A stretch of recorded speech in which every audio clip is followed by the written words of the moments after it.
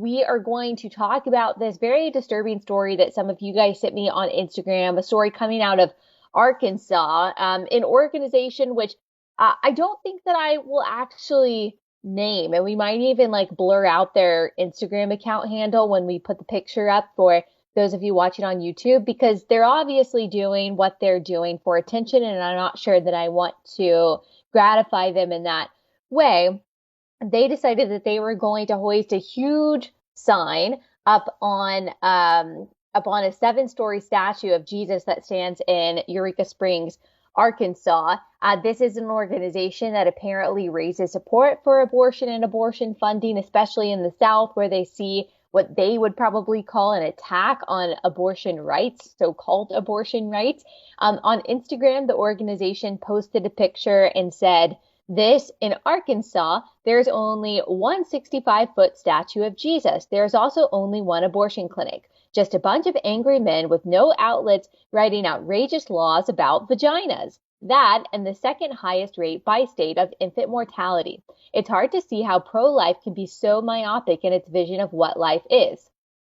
In Arkansas, there are ridiculous statutes based on cheap performative morality. In their eyes, Mary Magdalene was a whore, not a favored disciple. That's just how they see a woman's place in the world, and her body is a place too. Private property to be legislated by a group of landlords. I will give credit, that last line is pretty poetic.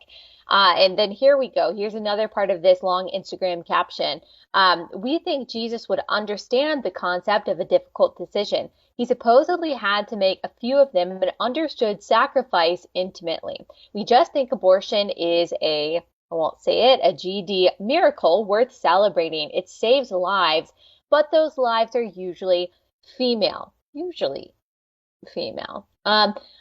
When people have strong beliefs about decisions that don't affect them, those beliefs are worth questioning. So obviously, I have a lot to respond to. First, I just want to mention that last line. When people have strong beliefs about decisions that don't affect them, those beliefs are worth questioning. Like, let's take that logic to its conclusion. Does that mean that we're not allowed to care about decisions that don't affect us?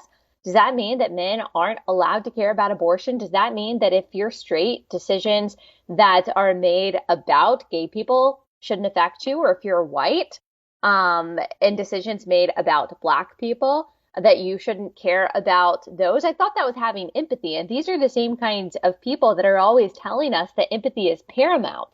So we're not allowed to care about causes that don't directly affect us, because there were a lot of people that would probably agree with this post who really cared about what was going on in, for example, Israel and Palestine.